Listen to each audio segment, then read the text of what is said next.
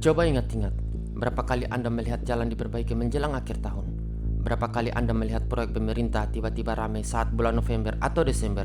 Pekerjaan bertambah, alat berat berdatangan, bahkan pekerjaan dilakukan sampai malam hari.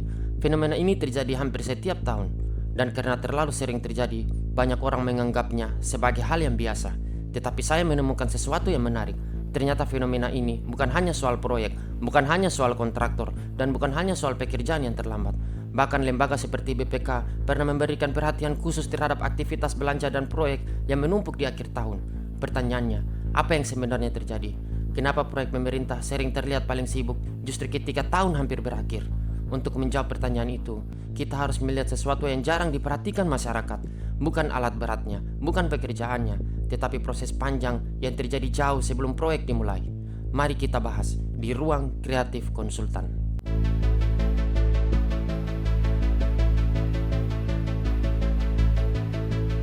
Setiap tahun ada satu pemandangan yang hampir selalu muncul di berbagai daerah Indonesia.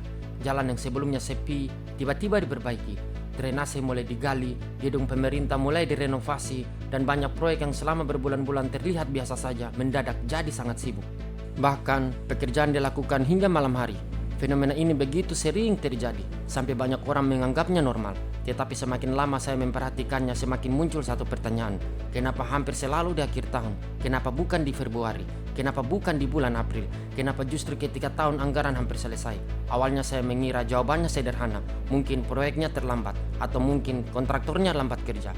Namun setelah melihat berbagai data aturan pengadaan pemerintah, ternyata jawabannya jauh lebih kompleks. Ketika melihat proyek yang dikebut, kontraktor biasanya menjadi pihak pertama yang disalahkan. Dan memang, dalam beberapa kasus keterlambatan pekerjaan bisa saja terjadi. Tetapi ada satu hal yang membuat saya penasaran. Jika penyebabnya hanya kontraktor, kenapa fenomena ini muncul hampir setiap tahun? Kenapa pola yang sama terlihat di begitu banyak daerah? Kenapa masyarakat dari kota yang berbeda melihat hal yang serupa? Rasanya sulit menjelaskan semuanya hanya dengan satu alasan. Dan disinilah saya mulai mencari petunjuk berikutnya.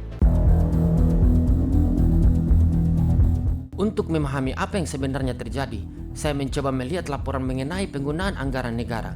Dan disinilah saya menemukan sesuatu yang menarik. Selama bertahun-tahun, berbagai lembaga pengawas ternyata sudah menyoroti fenomena yang sama. Bukan soal jalan, bukan soal beton, tetapi soal waktu penggunaan anggaran. Bahkan, Badan Pemeriksaan Keuangan atau BPK pernah secara khusus mengawasi pola belanja pemerintah di akhir tahun. Menurut BPK, penyerapan dan penggunaan anggaran pada akhir tahun rawan terhadap penyimpangan karena jumlah anggaran yang digunakan sangat besar dalam waktu yang relatif singkat. Tidak hanya itu, BPK juga mengingatkan bahwa banyak proyek yang harus diselesaikan dalam waktu yang pendek berisiko membuat kualitas pekerjaan menjadi tidak memadai. Ketika membaca bagian itu, saya mulai memahami bahwa fenomena proyek akhir tahun ternyata bukan sekedar soal pekerjaan konstruksi, tapi juga berkaitan dengan bagaimana anggaran negara digunakan.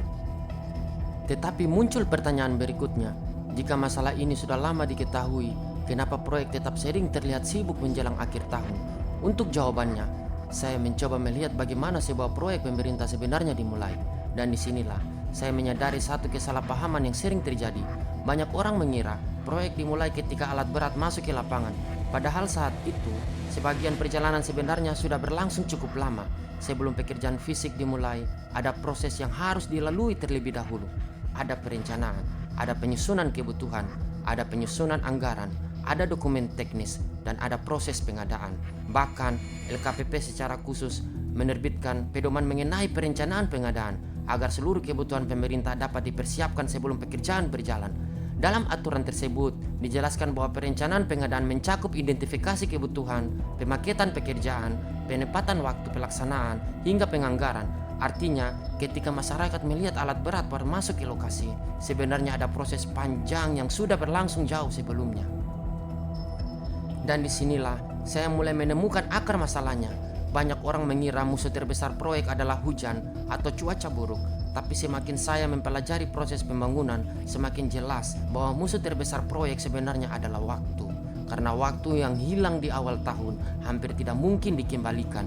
Ketika proses administrasi lebih lama direncana, ketika dokumen belum selesai, ketika proses pengadaan memerlukan waktu tambahan, maka jadwal berikutnya ikut bergeser. Hari demi hari, minggu demi minggu, bulan demi bulan, dan tanpa disadari garis akhir semakin dekat. Memasuki bulan Oktober, situasi mulai berubah. Target pekerjaan masih harus dicapai, sementara waktu yang tersisa semakin sedikit. Di titik inilah perlombaan melawan waktu dimulai. Kontraktor mulai menambah pekerja, jam kerja diperpanjang, alat tambah didatangkan, pekerjaan malam mulai dilakukan, dan proyek yang sebelumnya terlihat biasa saja mulai bergerak jauh lebih cepat. Apa yang dilihat masyarakat sebagai proyek akhir tahun sebenarnya adalah hasil dari berbagai proses yang terjadi berbulan-bulan sebelumnya. Tetapi ada satu hal yang menarik perhatian saya. Ketika semakin banyak pekerjaan yang harus diselesaikan dalam waktu singkat, apa yang terjadi terhadap kualitas pekerjaan? Dan ternyata pernyataan ini juga menjadi perhatian BPK. Dalam pengawasannya terhadap belanja akhir tahun, BPK menyatakan kekhawatiran bahwa banyak proyek yang harus diselesaikan dalam waktu pendek dapat menyebabkan kualitas proyek pemerintah menjadi tidak memadai. Ketika membaca bagian itu, saya mulai memahami kenapa pengawasan menjadi sangat penting pada akhir tahun. Pada fase inilah tekanan pekerjaan biasanya berada pada titik tertinggi. Risiko kesalahan meningkat, risiko kelelahan meningkat, dan risiko mutu pekerjaan ikut meningkat. Dan akhirnya kita sampai pada jawaban dari pertanyaan di awal video. Kenapa banyak proyek terlihat dikebut menjelang akhir tahun? Ternyata jawabannya bukan hanya karena kontraktor, bukan hanya karena pekerjaan fisik, dan bukan hanya karena proyek terlambat. Apa yang kita lihat sebenarnya adalah bagian dari akhir proses yang jauh lebih panjang, mulai dari perencanaan, penyusunan anggaran, pengadaan, pelaksanaan, hingga pengawasan. Ketika sebagian waktu hilang pada tahap awal, maka sisa waktu di akhir tahun menjadi semakin berharga, dan disitulah perlombaan dimulai. Jadi, lain kali ketika Anda melihat jalan sedang diaspal pada malam hari, atau melihat proyek tiba-tiba sangat sibuk menjelang akhir tahun, mungkin yang sedang Anda lihat bukan sekedar pekerjaan konstruksi, tetapi sebuah perlombaan melawan waktu. Perlombaan yang sebenarnya sudah dimulai jauh sebelum alat berat pertama kali masuk ke lokasi. Karena dalam dunia konstruksi, alat bisa ditambah, tenaga bisa ditambah, jam kerja bisa ditambah, tetapi waktu yang telah hilang tidak pernah bisa dikembalikan. Saya dari Ruang Kreatif Konsultan, sampai jumpa di video berikutnya. Terima kasih.